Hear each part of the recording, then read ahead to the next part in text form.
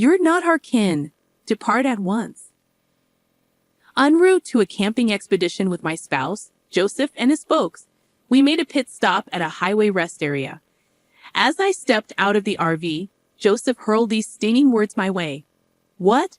Pardon me, I stammered, taken aback by his sudden shift in demeanor. He appeared as if transformed into an entirely different individual from the considerate husband I knew. Witnessing my bewilderment, the trio exchanged smirks, and Joseph initiated driving the RV away. This can't be real. They wouldn't abandon me here in the middle of nowhere. With panic seizing me, I dialed a number, only to be met with a startling reply from my mother-in-law. Did you genuinely believe you could join us? How audacious of you. Please don't bother in return. I was anticipating our trip together. Well, the highway only goes one way. You can't just turn back. Furthermore, you're not part of our clan. You're merely my daughter-in-law. Understand your position. At this point, we're off to enjoy ourselves without you. As I stared in disbelief at the abruptly terminated call, the RV gradually dwindled in size until it vanished from sight. The words slicing through me, denying my place in their family, left a searing ache in my chest. This is unbearable. After all the preparation I did, and then bitterness and heartbreak surged within me, overwhelming my senses. Helpless, I had no recourse but to summon a taxi and retreat home. I'm Allison, 31 years old, married to Joseph for 2 years now. He's my age and bought us a house when I hesitated to reside with his parents. Though it's close to my in-laws' home, it's preferable to living under their roof. Yet, their bohemian souls, springing tasks upon me unexpectedly, grocery runs, kitchen scrubbing amidst piled dishes and cooking grease. It can feel like harassment at times, though Joseph always apologizes, saying, I'm sorry for my parents' behavior. So I remind myself endurance is key. Both his parents are keen on appearances, treating me with surprising kindness in public. I tread carefully, avoiding any negativity about them to evade becoming the villain. Nevertheless, I harbored a glimmer of hope that someday I might come to understand my in-laws better. However, being abandoned by my husband was a blow too severe for me to quickly shake off. The conversation about the camping excursion had arisen a week prior during our visit to his parents on our day off. While tasked with tidying the storage room, I stumbled upon a lantern. Do you folks go camping? I inquired. Huh? What's that about? Came the puzzled response. I found a lantern in the storage room. Oh, that. We got it just in case of a blackout. Had totally slipped our minds. Ah, I see. My dad is big on camping, and I used to go with him often, so I was curious if you share the interest. As I shared anecdotes about my father's passion for camping and owning an RV, my husband's eyes sparkled with enthusiasm. Wow, that sounds incredible. I've always wanted to give it a try. Then it's settled. Let's embark on our inaugural family camping trip next week, 1 night, 2 days. Allison, could you arrange for an RV rental? My father treasures his RV, dedicating his free moments to its upkeep. I'm uncertain whether he'd be willing to lend it to us, I expressed. Well, now it's up to you to persuade him. You'd better plead for it. Understand? Urged my husband. Faced with the sudden request, I hesitated, but Joseph implored. It's our maiden camping venture, and we're clueless about what we'll need. Borrowing your dad's RV would be safer. Plus, I want to delight my folks with an enjoyable camping excursion. Please, Allison. With such earnest entreaties, I had little choice but to acquiesce. Hurriedly, I made my way to my father's abode and laid out the situation. To my astonishment, he readily agreed. Really? Are you sure? I asked, taken aback. Absolutely. I thought you might decline, given how meticulously you tend to it in your spare time. But if it's for you, Allison, I'm more than happy to lend it, and your desire to please Joseph's parents touches me deeply. Here, take this entire set of camping gear so you can fully enjoy your first camping expedition. As novices, these items should serve you well. My father meticulously chose user-friendly gear, patiently explaining each item's purpose. Witnessing his care warmed my heart, filling me with joy. I hope this camping trip can help bridge the gap with my in-laws, I mused aloud. Well, then I'll do my best to prepare, I resolved. securing a campground equipped with power and conveniently close to a hot spring. I shared the news with my husband and in-laws, eliciting their excitement. "We're incredibly fortunate to have you, Allison." "I'm practically bursting with anticipation," exclaimed my mother-in-law. "I'm thrilled to hear that," I replied sincerely. On the day of our adventure, I eagerly boarded the RV driven by my husband. As we hit the highway bound for the campground, anticipation coursed through me. However, my mother-in-law's demands resurfaced as we journeyed. "Joseph, I'm parched. Could we stop at the next interchange?" she requested. "Mom, I brought drinks. Take your pick from here," Joseph replied, gesturing to the provisions. "None of these really suit my taste," remarked my mother-in-law, browsing through the drink options. "As my daughter-in-law, you should know what I like," she added pointedly. I apologize," I murmured, feeling a pang of guilt. Exiting the car at the interchange to fetch her a Dr. Pepper, as per her request, I was met with an unexpected barrage of cold words from my husband. "Allison, you're not part of our family. It's time for you to head home," he declared, his tone devoid of its usual warmth. "Excuse me? What's gotten into you all of a sudden?" I questioned, bewildered. He seemed like a stranger, a far cry from the Joseph I knew, the one who typically showed care and consideration. Stunned and struggling to comprehend his words, I watched as the RV resumed its journey, leaving me stranded. "They've left me here in the middle of nowhere.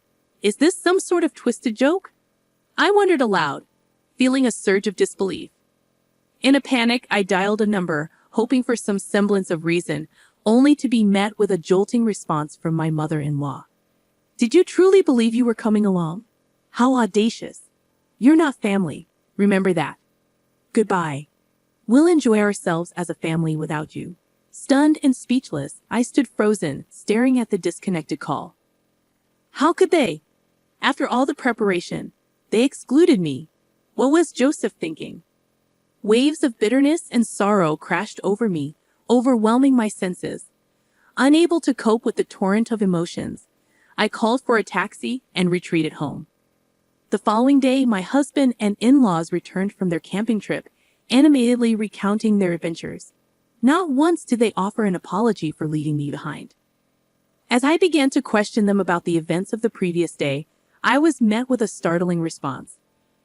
"We did it to teach you a lesson as my wife." "That's right, Allison. You just don't understand. Your role is that of our daughter-in-law. But resorting to leaving you stranded on the highway was necessary because you wouldn't comprehend otherwise.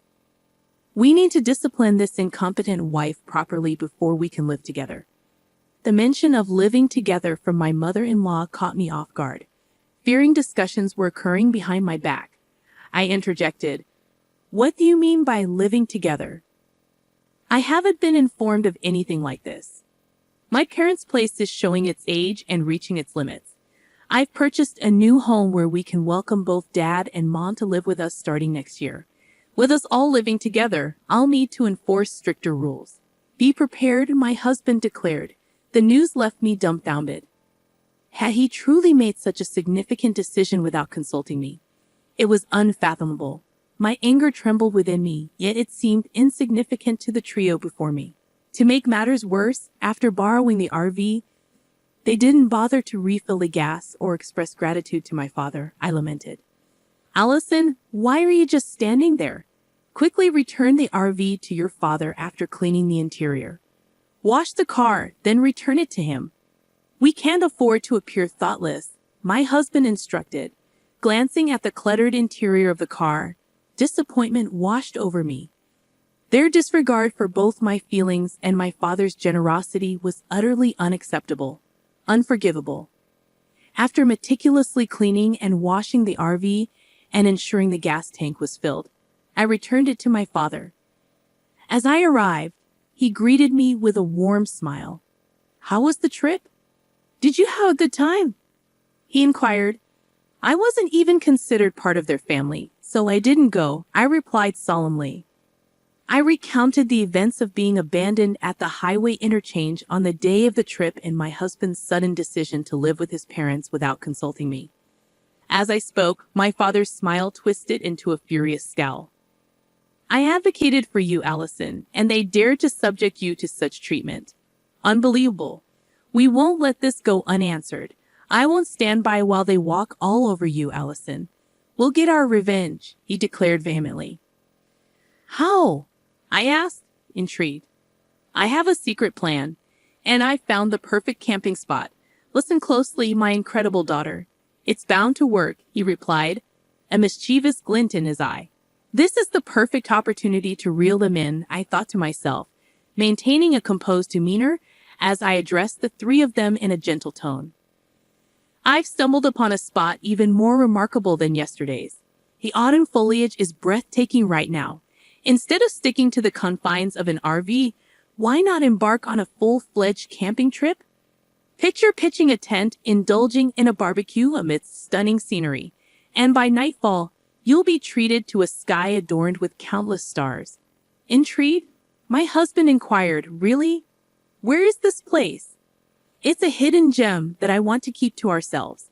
Can I join you to fulfill my role as your wife? I asked. That sounds great. It'll be a blast.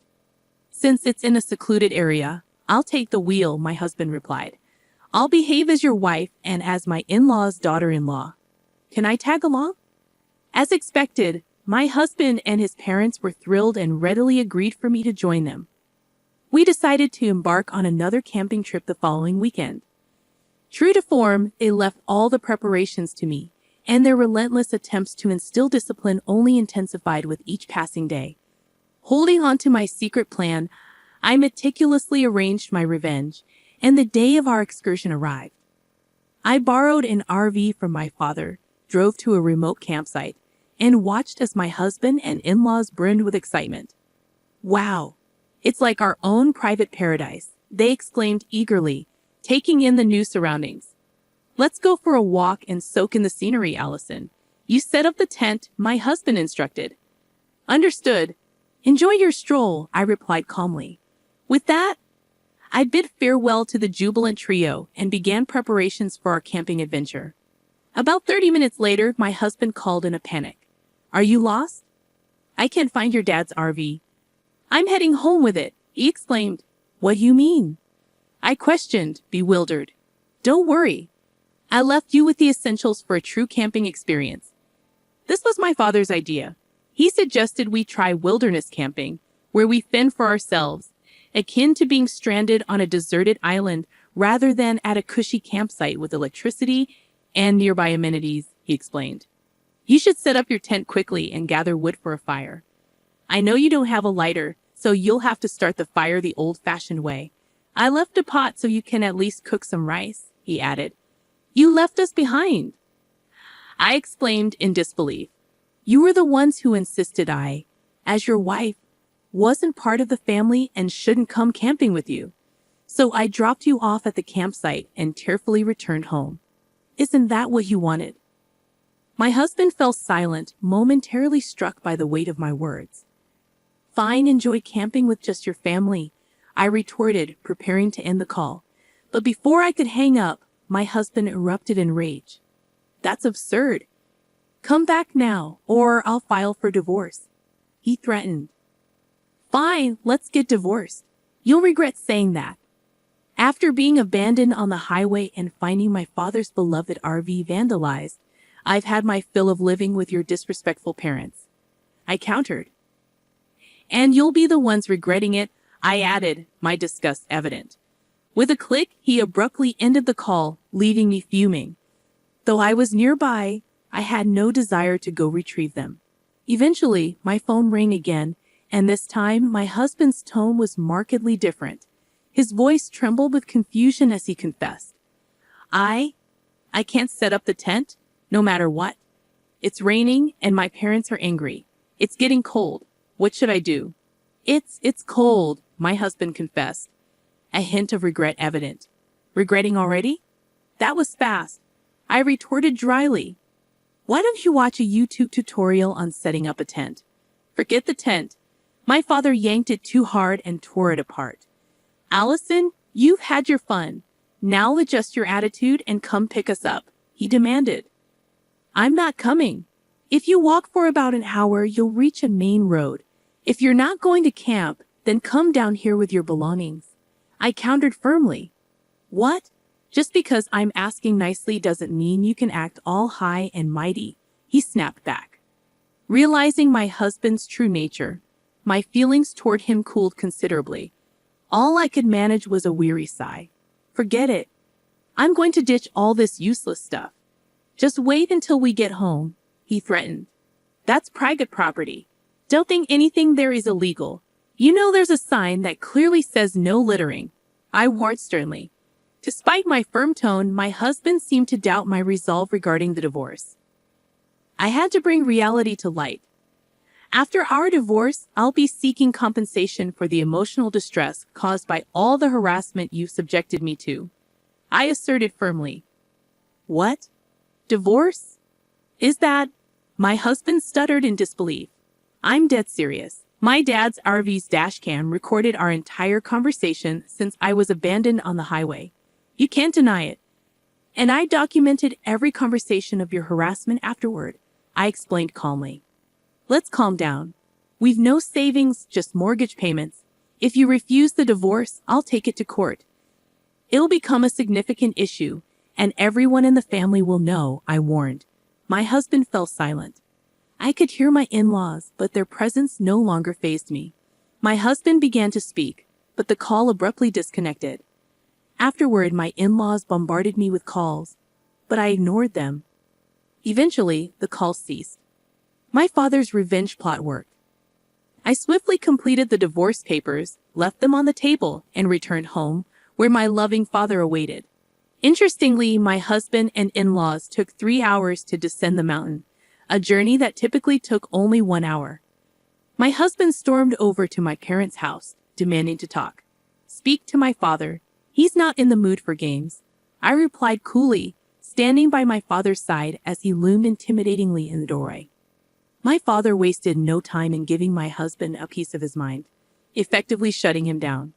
Meanwhile, up in the mountains, they left their gear behind, embroiling themselves in a lawsuit for illegal dumping filed by my father.